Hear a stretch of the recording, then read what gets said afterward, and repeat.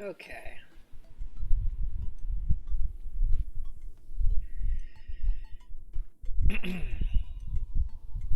So, for the bosses, it says many of them are larger than others, than normal. And some of them are smaller than normal. So, the Eye of Cthulhu, in the first form, it says it spawns more servants than normal. So, those are those little eyes that swarm out. The max speed of the servants is faster, and their acceleration is faster as well.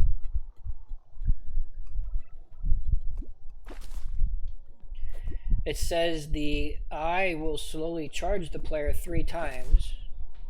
Each time the speed will increase. So it normally charges in phase 2. So I guess it's saying it's going to start charging in phase 1 as well.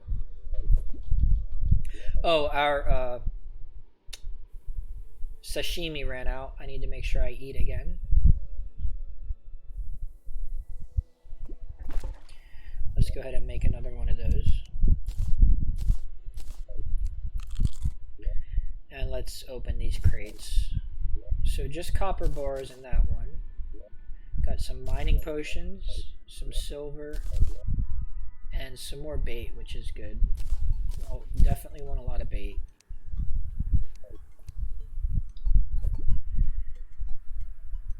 So in the second form of the Eye of Cthulhu,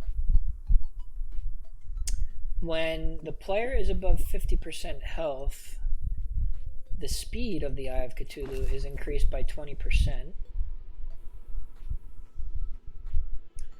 When the eye is above the player, the maximum moving speed is increased. So I guess it's just saying it's faster.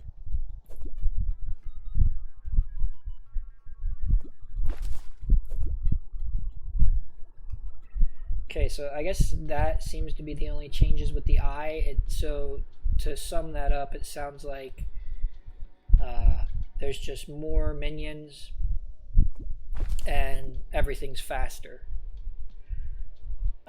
And of course, he's got 33% more health and 33% more damage, so we're going to need to make sure we have the best armor possible before fighting it.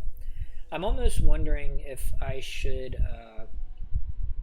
if I can find some corruption near my house, if I should farm enemies in the corruption and try to get ancient scale armor prior to even fighting a boss. That might be something I look into. I do need to fill that lava bucket up next time I have an opportunity to. I didn't really want to read through all the changes right away, but fishing is really boring, so I think I'll keep just reading some of the changes here and for the worthy. Let's open this crate. So we got 4 more apprentice bait.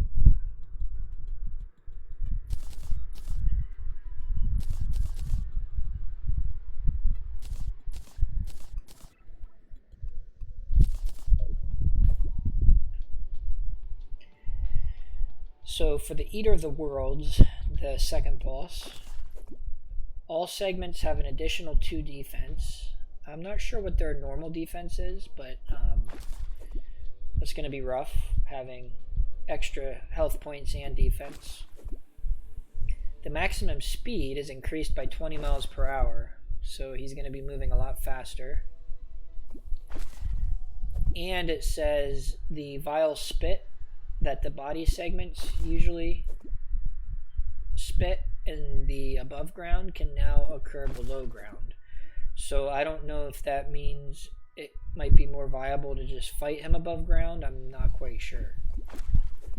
I think he enrages above ground and moves faster and of course spits more often. So it still might be best to fight underground. I'm not quite sure.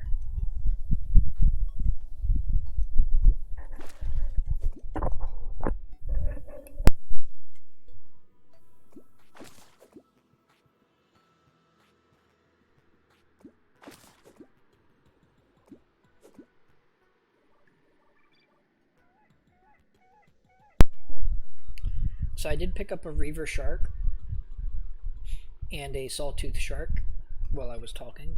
So that's great that I got the Reaver Shark. That'll just make digging quite a bit easier. Let's open this crate. We got more bait.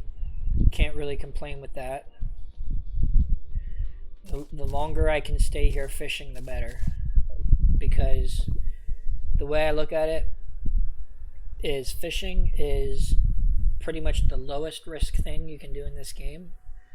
Unless it's a blood moon, you're completely safe when you're fishing. And I'm getting rewards for fishing. I'm getting better accessories. I'm getting gold coins. I'm getting important potions I may need. And of course all this food that's going to come in handy throughout the playthrough. Looks like I picked up a lot of healing potions while I was fishing as well. And they're not the lesser healing potions. They're the actual healing potions. Let's go ahead and put some more stuff in my piggy bank.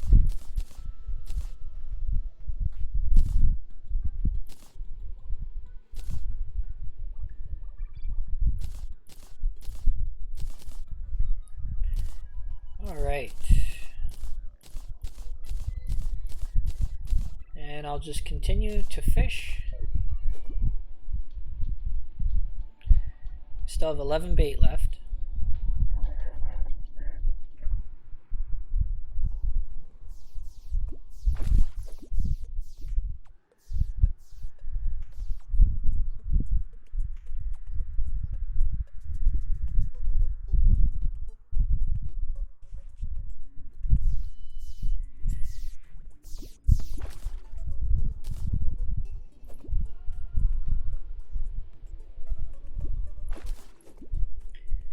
So the brain of Cthulhu, I'm not really going to talk about that because we're probably not going to fight it in this playthrough. So I'll go ahead and skip that, but there is some information about the queen bee.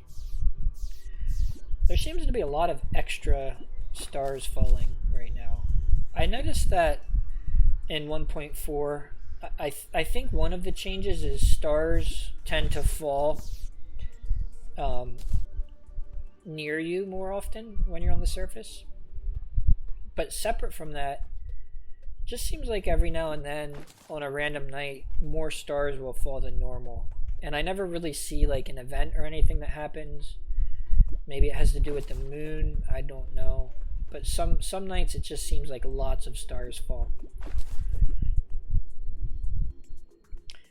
So it says the queen bee adds 0.5 in rage coefficient constantly whenever the player fights the queen bee.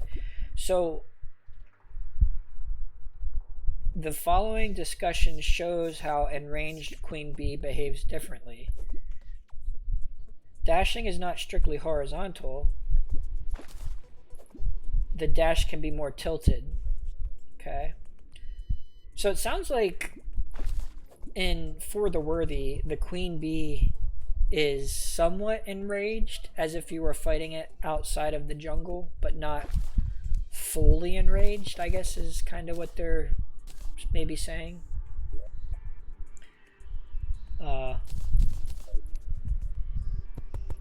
So let's read more about that real quick. The dashing speed is increased by 18 miles per hour. After dashing at the player, the queen bee adjusts the position and it can adjust faster. Its braking capability after dashing is also enhanced. The dashing distance is shortened.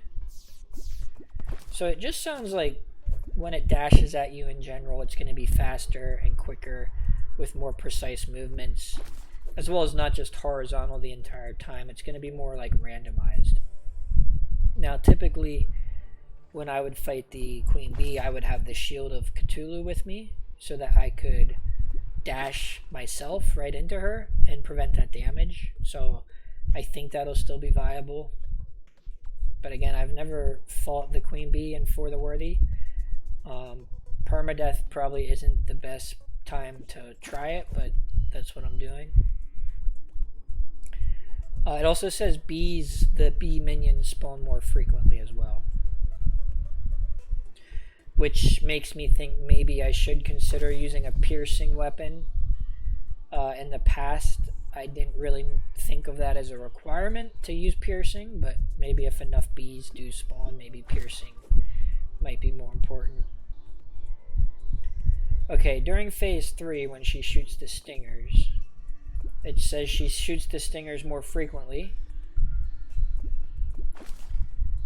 The speed of the stingers are increased.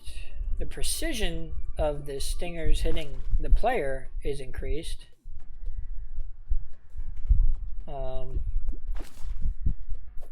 If the queen bee cannot shoot stingers due to its position, it accelerates to adjust itself dramatically. I don't know if that means it tries to put itself in position then. Not quite sure what that means. So that's it for the queen bee. Again, it just sounds like faster, basically, is what she is. And then, of course, she gets the 33% extra damage and the 33% more health. So let's see, Skeletron looks pretty short here. It says when Skeletron is not spinning, its acceleration is increased. And then in the final phase, when Skeletron is shooting the homing skulls at the player, the frequency is increased by 25%. Oh, and then this is probably a big one. When it's spinning at the player, its velocity is increased 30%.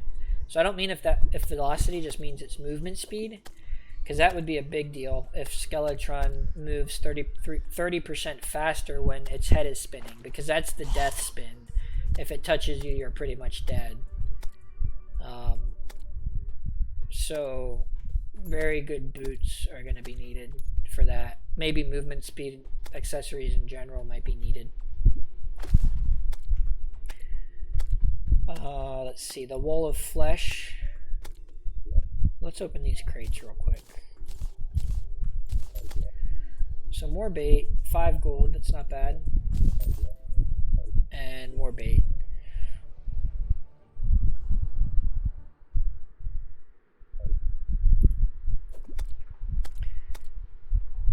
Both the mouth and eyes have +3 defense on the Wall of Flesh. It has 50% health.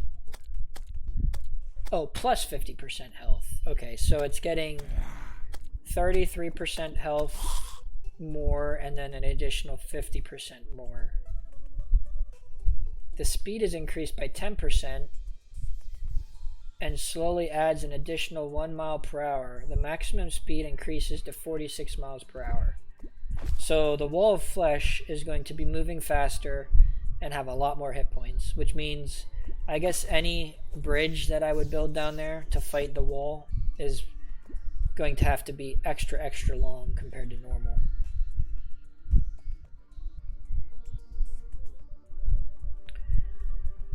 Well, that covers all the normal mode bosses, so I'm not going to get into the hard mode bosses just yet. That's going to be a long ways off, and that assumes I even survive until then.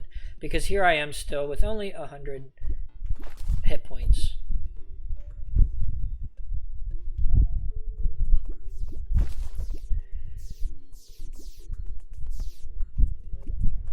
So it's probably around midnight in the game, maybe 11 p.m.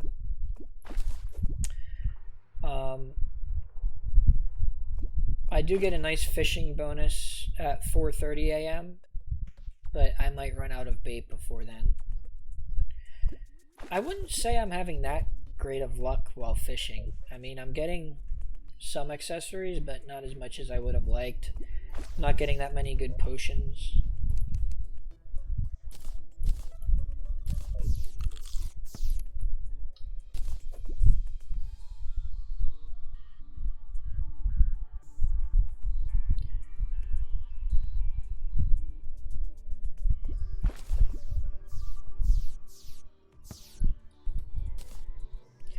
Lots of fallen stars, though.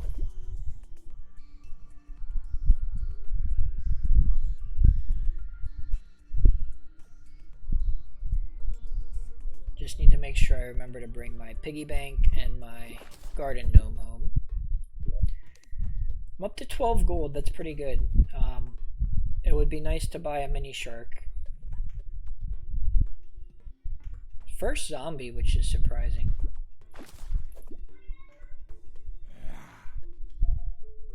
I don't know why they haven't been spawning more often. Alright, so I am actually out of bait. I think now is a good time to go down and get those stars and then teleport home. So let's go ahead and collect the campfire, the garden gnomes. Oh no, the zombies are going down there. That's not good.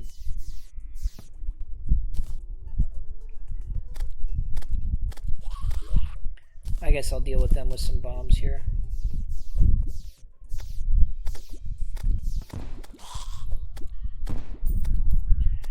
Alright, let's hop down here and get some... Oh, it's morning time, just as the stars went away. Okay, let's teleport home. Let's see what we can do here.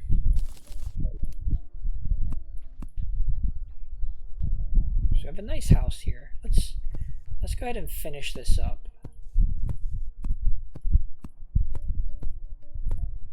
Okay. I'm definitely noticing the faster jump and the higher jump with the frog legs. That's really nice. Fishing is very important to get these mobility accessories early in the playthrough.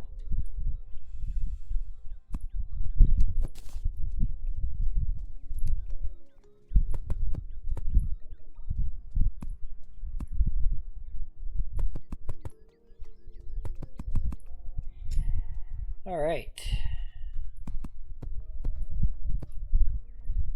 Let's finish these up. It's nice having the Reaver Shark as well. That's going to save a lot of time.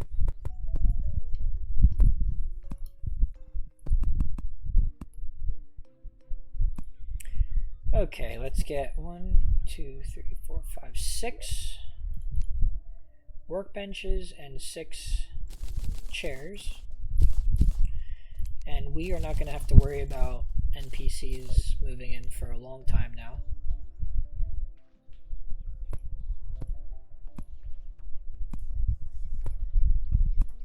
Now I am going to build a pylon network later in the playthrough, because NPCs are going to have better discounts when they're happy and not crammed in little boxes. And I'm going to be able to put the NPCs all throughout the world and buy the pylons to teleport quickly to the different areas. This here is going to be pretty much cosmetic, but I am going to put a nice wooden finish here on the escape hatch.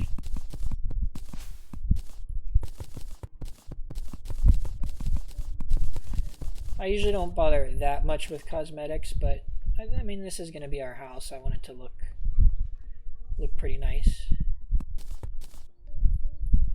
Oh, okay, so I can't replace the stuff under the lava, which is unfortunate. But that's okay.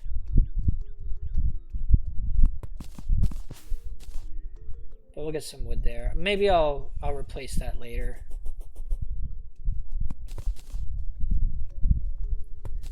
Yeah, it looks like anything touching lava you can't replace. So the traveling merchant has arrived. We'll go check out what he's selling.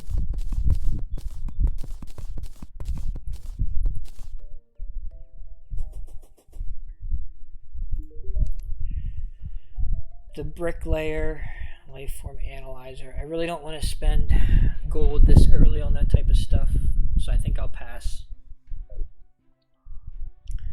Let's go ahead and lay down the garden gnome for our luck. we're going to need a placed bottle for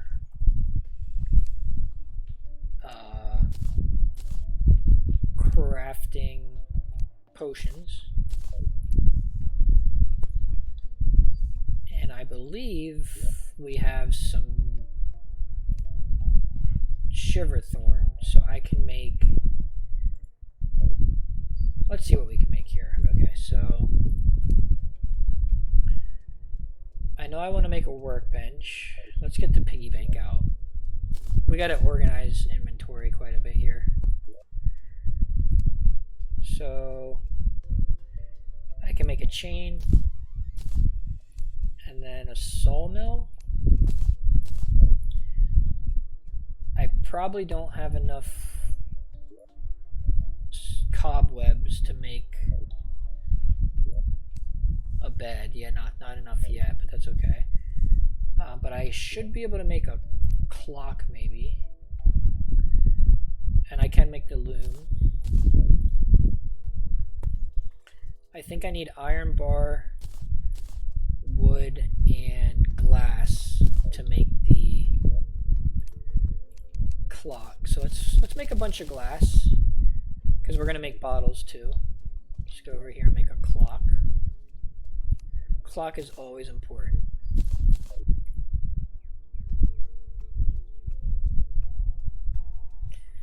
And I guess I'll put that just over here for now, since I don't have much room. Let's get this wood. And I do want a nice flat area to fight invasions, like goblins and things.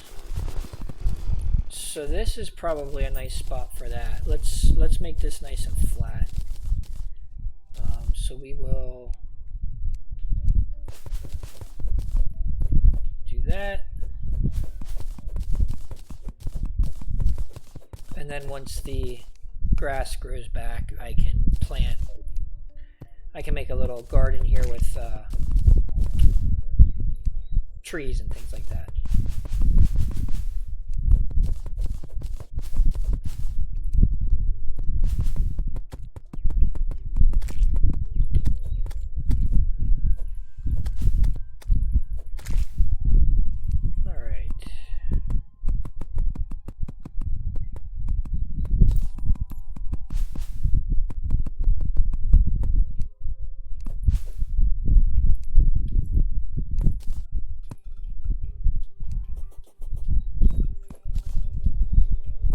So again, this is all just preparation for later. It's nothing I need right now, but when you need it, and it'll be nice to have it done.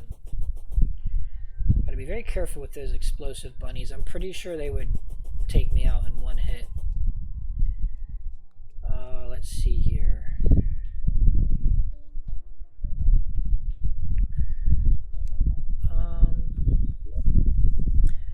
I know I need to go get bottled water. And I need to make more bottles. Let's do that next, because I want to get danger sense potions as soon as possible. So let's turn the rest of this glass into bottles. And where is there water? I really don't want to go down there just to get water. Let's explore the surface a little bit. Well, let's see how we're doing with time. We are at 30 minutes. Let's clean up the inventory real quick. And we'll end this episode. So we'll go sashimi with the tuna and the red snappers, because you can't really use those for anything else anyway. So we're going to have lots of sashimi. And I know we can make shrimp. We need a cooking pot for that. Let's make a cooking pot. Oh, and it wouldn't be a bad idea to have another iron bucket as well. I guess we need more iron to make the cooking pot. We'll deal with that later. So let's put the rest of the fish away. Get a campfire here at the house. Oh, I never did place the clock. Let's go do that as well. So we'll just put the clock right here. This game, it's very important to know what time it is.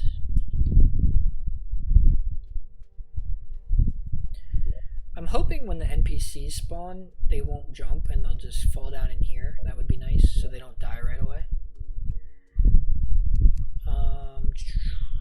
Let's sell some things. We don't need the leaf wand.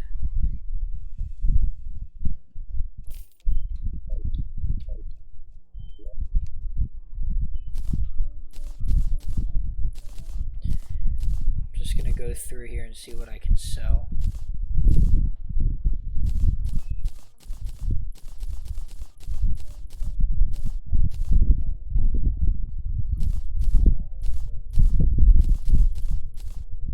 Okay, let's start with that.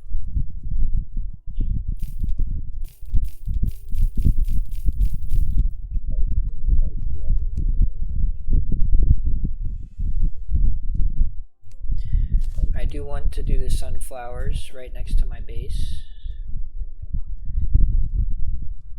And the day bloom is ready. Let's get those. Need lots of day bloom. Maybe I can get that with a throwing star. Yeah.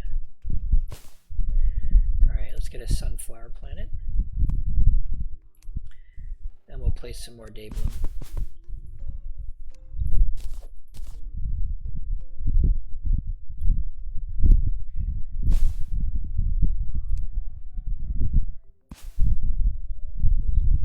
Okay.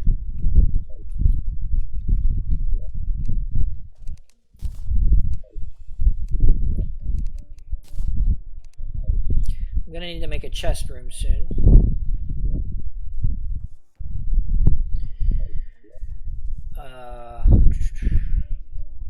Let's see.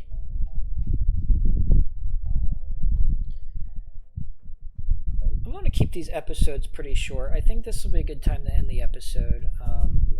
Next episode, we'll work on a chest room, and I will make potions, the different types of potions that I'm capable of making right now. Most importantly, danger sense. And then I think I will head and look for maybe corruption over on the right side of the map. There's got to be corruption somewhere. We haven't seen it yet. It's got to be over here. And jungle, although in this map it says sometimes there's no surface jungle, so we might have to get creative to find the jungle. Alright, that should be it. Thanks a lot for watching. I'll see you guys in the next episode.